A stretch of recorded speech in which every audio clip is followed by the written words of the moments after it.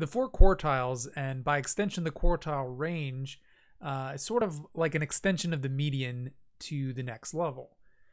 So back in the previous video, we talked quite a bit about the median and the mean, where the median was the number that was in the very middle, kind of like the central point in the data, or in a set that had an odd number of data points, the average of the two most middle numbers.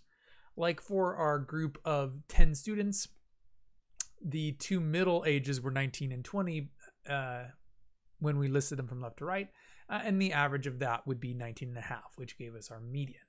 So the first quartile is basically the median of the first group. When you split the data in half, it kind of separates it into two groups, the left side and the right side. The first quartile is going to be the median of this group. Essentially, in the case of the ages of our students, we would say that the first quartile, or often we write it that as Q1, that's going to be equal to 19. So one sec, my iPad is a little, oops, didn't mean to do that, is a little bit out of position, but basically it's the median of the left group. Oops, I don't have my pen selected. That would be why crazy things are happening. But basically this is going to be the median.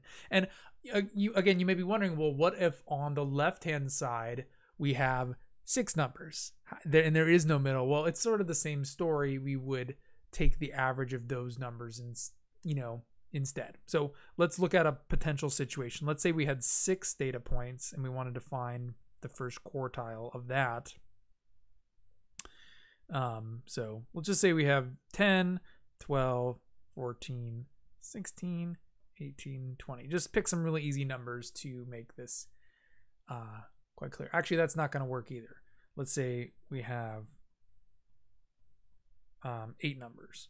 So if we wanted to find the median, well, there's 8, it's even, meaning that there is no directly middle numbers. It would be the average of 16 and 18. Now, if we wanted to know what's the first quartile, well, technically the left group is 4 numbers. So there is no middle here either. So again, we would then be taking the average of 12 and 14 to find the first quartile.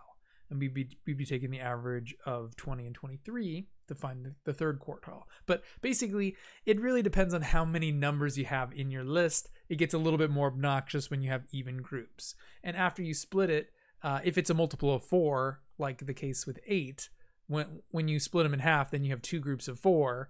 And again, it's still even. So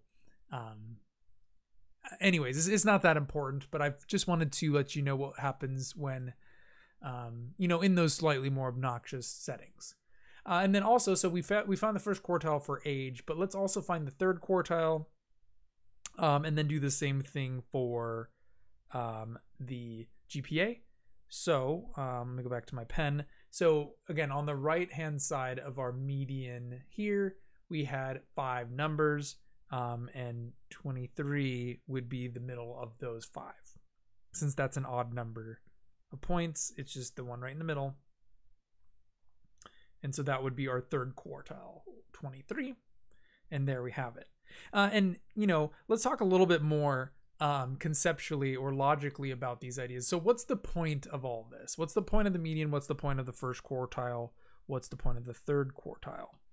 But basically, it's a way of sort of saying, well, what's in the very middle, or kind of like, what's the 50% margin? The first quartile is like the 25% margin, and the third quartile is like the 75% margin of sort of the same idea of median. It gives us kind of a sense of where this data is and where kind of the highest frequency occurs. So let me make a little kind of drawing here I have this idea in my head and I'm trying to get it across. But if you think about the range of all of our data from the very smallest of the ages to the largest or whatever, at some point in this data you're going to have okay, where's the 50% mark? What's the median? What's the middle point? Not the average, but what's kind of the value in the middle? And I guess if I was drawing it proportionally, it's not always going to happen in the direct middle proportionally of the data, but I'll just draw it there just because it's easier to visualize. So the first quartile, and obviously the term quarter makes sense here, why it's, why do we use the term quartile to describe this? But it's like the first quarter is 25%. The second quarter is the median, and the third quartile is 75%. And if you're like, well, you could also have the 0th quartile and the 4th quartile, but technically we don't call them. That would just be, well, what's the smallest data point and what's the largest, or the minimum and the maximum, which, you know, would be kind of like here and here for the age group as well. What about for GPA? Well, we already have our median, which was here. And so again, since it's 10 data points, this is really easy. We know it's right in the middle. So 2.5 would be the first quartile for our GPA, and 3.8 would be the third quartile.